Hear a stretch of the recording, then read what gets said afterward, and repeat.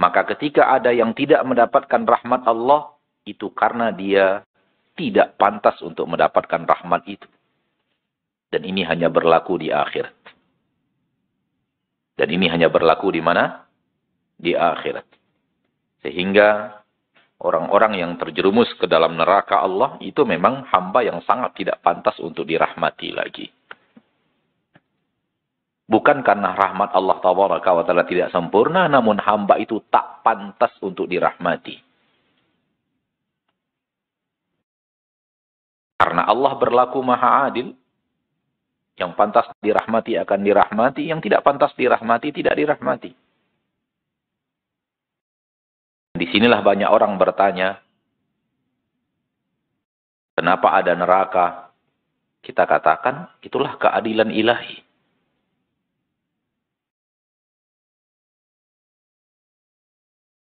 Pembunuh manusia,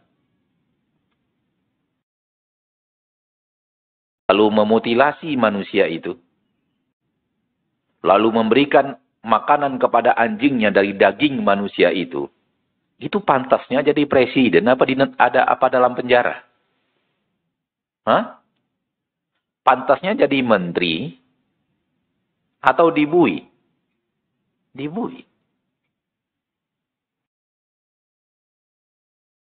Maka hal yang tidak adil kalau Abu Jahal masuk surga. Dan Abu Bakar yang ke neraka. Justru keadilan Allah lah yang menjadikan Abu Bakar diletakkan di surga dan Abu Jahal diletakkan di neraka. Betapa banyaknya manusia bertanya, kenapa Allah ciptakan manusia yang berbuat maksiat kepada Allah?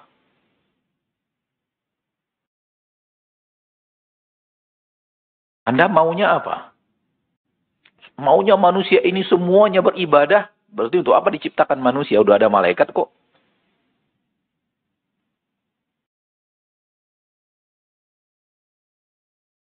Justru diciptakannya manusia untuk mengemban amanah itu. Yang taat diberikan ganjaran besar. Bahkan tidak diberikan kepada para malaikat. Allah siapkan surga. Siapa penghuni surga itu? Siapa penghuni surga itu? Manusia yang bersalah. Bahkan malaikat pun tidak menikmati surga Allah yang luar biasa yang Allah siapkan. Namun kalau Anda tidak pantas masuk surga, Anda pantasnya dimurkai Allah Tabaraka wa Ta'ala Rabbul Izzati wal Jalal. Betapa banyaknya orang yang bertanya, kenapa Allah ciptakan manusia yang berbuat maksiat? Pertanyaan dia udah salah. Dia seolah-olah memberikan pertanyaan protes tentang perbuatan Allah. Siapa dirimu yang berhak untuk protes tentang apa yang Allah lakukan?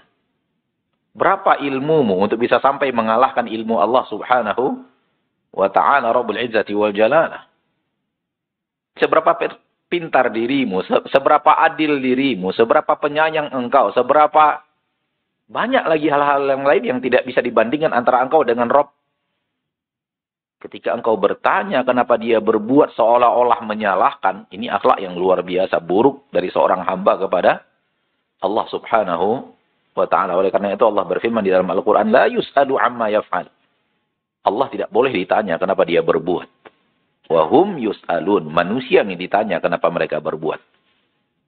Kalian yang ditanya kenapa kalian berbuat, Allah enggak ditanya kenapa dia berbuat. Kenapa? Karena seluruh perbuatan Allah itu datang dari Allah yang maha pengasih dan maha penyayang. Dan maha adil.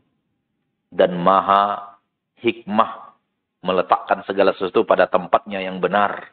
Takkan ada kesalahan dan kekeliruan.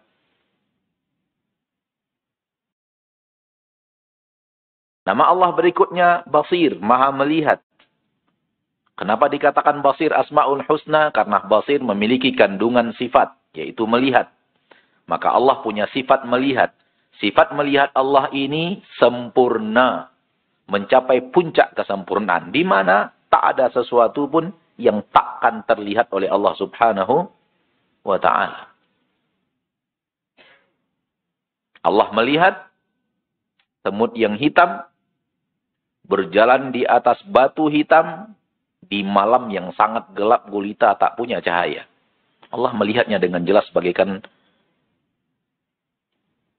penglihatan yang tak terhalangi, seolah-olah Allah melihatnya di siang hari. Sementara pandangan kita terbatas. Di balik dinding kita sudah tidak bisa melihat. Di balik hijab kita sudah tidak bisa melihat. Bahkan ketika tiba-tiba lampu padam seluruhnya di kamar kita, kita tidak bisa melihat diri kita sendiri. Maka ketika Allah memiliki sifat kesempurnaan pada setiap sifat yang dimiliki oleh Allah, dan sifat-sifat itu sebahagiannya kita tahu karena kita diberitahu oleh Allah di dalam Al-Quran dan di dalam hadis, semuanya sempurna. Apapun yang berhubungan dengan Allah, maka semuanya sempurna. Termasuk murka Allah. Allah punya murka.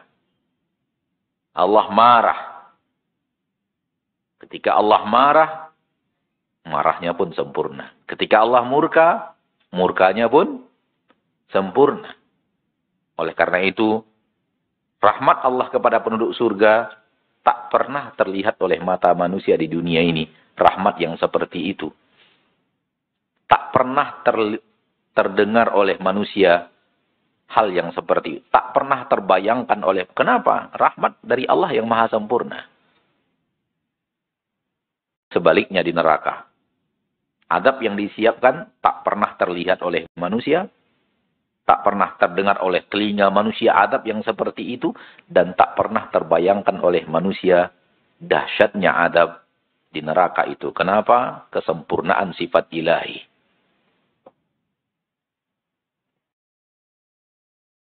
Dan Allah tabaraka wa ta'ala Rabbul Izzati wal Jalal ketika menciptakan manusia, Allah telah memberikan kepada manusia jalan luas menuju surga. Dan mempersempit jalan ke neraka. Jalan ke surga Allah buat luas. Jalan ke neraka Allah buat sempit. Ini di antara rahmat Allah yang luar biasa kepada para hamba, termasuk kita para hamba itu. Lihat jalan ke surga. Satu amal saleh, Allah lipat gandakan minimal 10. Itu hatinya, tadabbur terhadap ayat-ayat Allah tabaraka wa ta'ala. Kelipatan itu bisa lebih dahsyat lagi. Satu malam mengalahkan ibadah sepanjang umur. Betul tidak? Malam apa? Lailatul Qadar. Dilipat gandakan oleh Allah. Di dalam Al-Quran Allah berbicara tentang infak dan sedekah. Orang yang menginfakkan hartanya di jalan Allah, Allah lipat gandakan menjadi 70.000%. 70.000%. Kalau hitungan persen, maka persennya adalah 70.000. Kita sering menyebut 700 kelipatan. 700 itu kalau dihitung persen berapa? 70.000%. Karena kalau 1 dibalas 1 berarti 100%. 1 kita infakkan, dibalas oleh Allah ditambah 1 lagi. Berarti 2 kita dapat. Berarti kita dapat berapa persen? 100%. Kalau 700?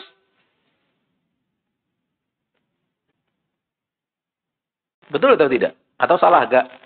Hitungan matematika saya salah mungkin. Betul atau tidak sih? Ya. Di dunia ini kalau ada orang yang mengajak Anda berbisnis, keuntungan 100% Anda kejar nggak? 100% per bulan keuntungannya. Invest 100 juta, bulan depan 200 juta. Invest 1 miliar, bulan depan 2 miliar. Mana ada orang buka bisnis seperti itu? Nggak ada. Dengan Allah 70.000%. Hal ini menyatakan bahwa jalan ke surga dilapangkan oleh Allah. Rabbul Izzati wal Jalalah. Sehingga satu yang Anda berikan Allah ganti dengan 70%. Itu pun Allah masih mengatakan wallahu yudha'ifu liman yasha. Allah melipat gandakan untuk orang-orang yang Allah inginkan.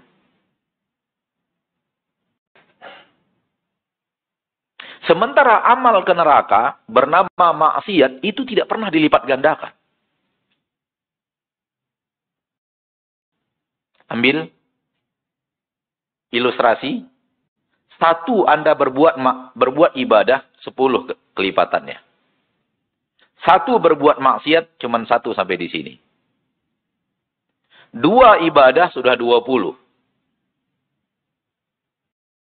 Bisa dibayangkan?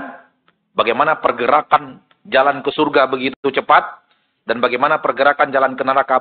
Bisa nggak antum bayangkan orangnya yang maksiatnya jauh lebih tinggi daripada ibadahnya? Apa yang dia lakukan?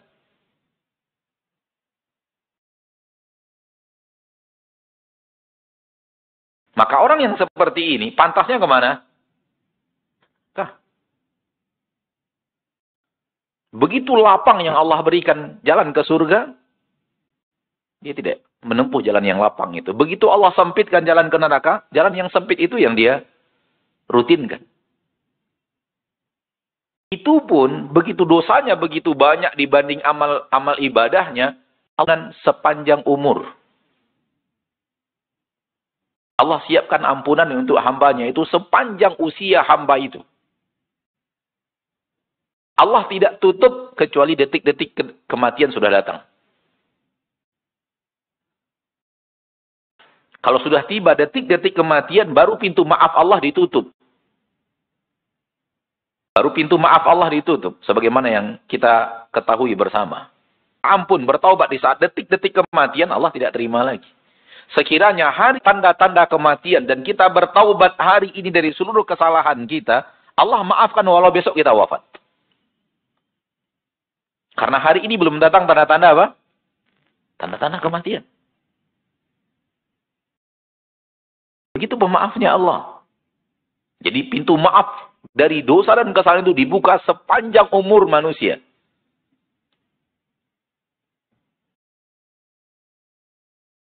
Mati manusia itu, dihadirkan dia di padang mahsyar, apakah masih mungkin mendapatkan ampunan Allah? Tolong dijawab. Ketika manusia itu mati, muslim, dan dia hadir di padang mahsyar, pintu taubat sudah ditutup oleh Allah ketika dia mati. Ketika dia di padang mahsyar, apakah masih mungkin untuk mendapatkan ampunan Allah atas dosa-dosanya, walau dia tidak taubat di permukaan bumi? Mungkin atau tidak? Ada Farisi.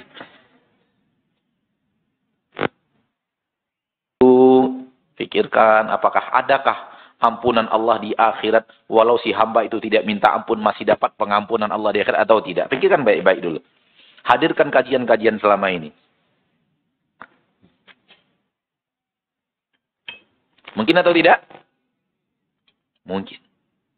Masih ada pengampunan. Sepanjang umur Allah buka pintu taubat, enggak di syaratnya jangan kafir, jangan musyrik, jangan munafik. Tapi itu terserah Allah. Allah ampuni, Allah ampuni. Allah tidak ampuni, Allah adab. Intinya pintu maaf belum tertutup. Yang tertutup ketika kematian itu apa? Kita minta maaf. Tertutup sudah. Bedakan ya. Maaf dari Allah tanpa permintaan kita belum tertutup sampai hari kiamat.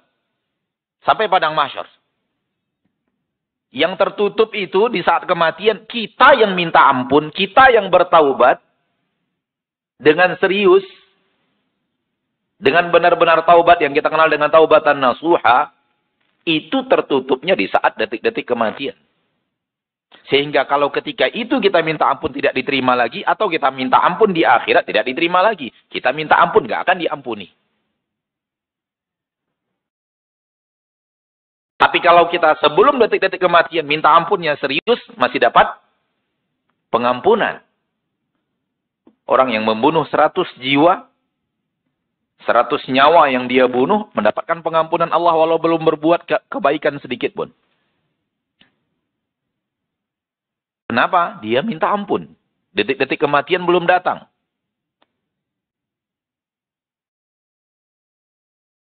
Kalau dia belum sempat berbuat ibadah sedikit pun, diampuni oleh Allah. Hadis yang sangat masyhur, riwayat Imam Bukhari.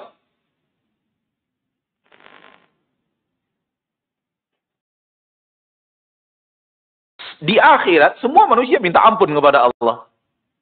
Pintu minta ampun sudah ditutup. Tapi pengampunan Allah masih mungkin. Masih ada. Lihat betapa luasnya jalan kemana? Jalan ke surga.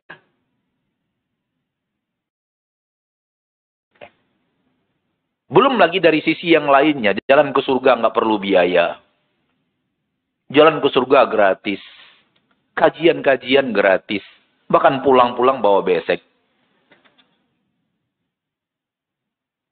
Ya minimal ada sesuatu. Nah, nggak antum kajian dipaksa bayar gitu, ada nggak? Kalau ada kasih tahu saya siapa panitianya ini biar dipecat dari dunia kepanitiaan kajian. Nggak ada, gratis semua. Coba lihat maksiat betapa mahalnya.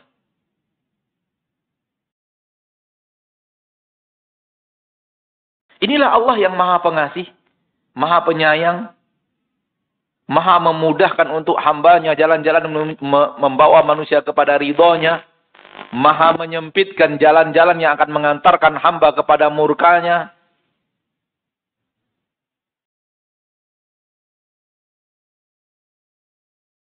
Akan tetapi ketika si hamba tersebut tidak memanfaatkan rahmat Allah ini, sehingga dia menjadi orang yang tidak pantas untuk dirahmati, jangan pernah salahkan Allah.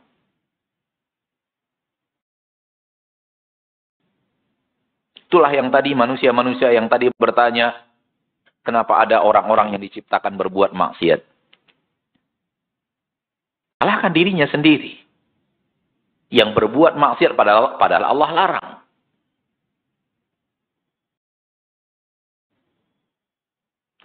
Diutusnya para nabi dan para rasul, Allah katakan untuk memberikan informasi kepada manusia, kalau kalian mau taat, ada surga menanti.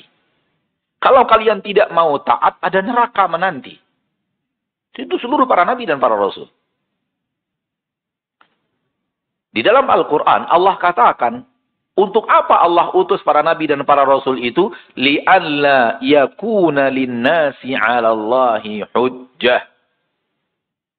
Agar manusia ini tidak punya hujah lagi nanti di hadapan Allah. Kenapa? Sudah hujah sudah Allah turunkan dengan diutusnya para nabi dan para rasul. Di dalam Al-Quran, Allah Tabaraka wa Ta'ala berfirman, surat An-Nisa ayat 165.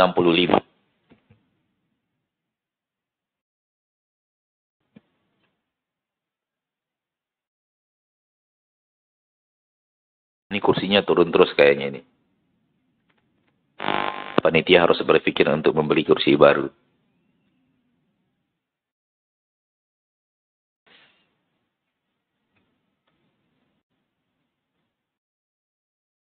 Rusulan mubasyirin wa mundzirin. Allah mengutus para rasul. Pemberi kabar gembira untuk orang-orang yang taat. Pemberi kabar-kabar petakut untuk orang yang mau berbuat maksiat. Setelahnya Allah katakan li'alla yakuna linnasi 'ala Allahi hujjatun ba'dar rusul. Agar nanti tak ada seorang pun manusia punya argumentasi di hadapan Allah. Kenapa? Allah sudah utus Rasul. Allah sudah utus Rasul. Memberikan keterangan yang jelas. Ini dia jalan ketaatan.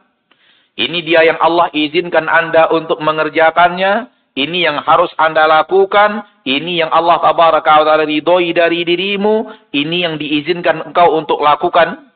Yang ini tidak. Kalau engkau di atas jalan ridho ini, bersabar di atasnya sampai kematian, meninggalkan ini, dan bersabar meninggalkannya sampai kematian, ini yang akan Anda dapatkan. Semua serba lengkap. Selengkap sebaliknya. Ini yang dilarang oleh Allah untuk Anda lakukan. Ini yang tidak boleh untuk Anda kerjakan. Allah tidak ridho kalau Anda gunakan nikmat-nikmatnya untuk hal yang seperti ini. Kalau ini yang Anda lakukan, ini yang akan Anda dapatkan di akhirat. Semuanya serba lengkap. Sehingga tak ada tersisa satu jalan pun menuju ridho Allah kecuali telah diperintahkan. Dan tak ada yang tersisa satu jalan pun menuju murka Allah kecuali telah dilarang.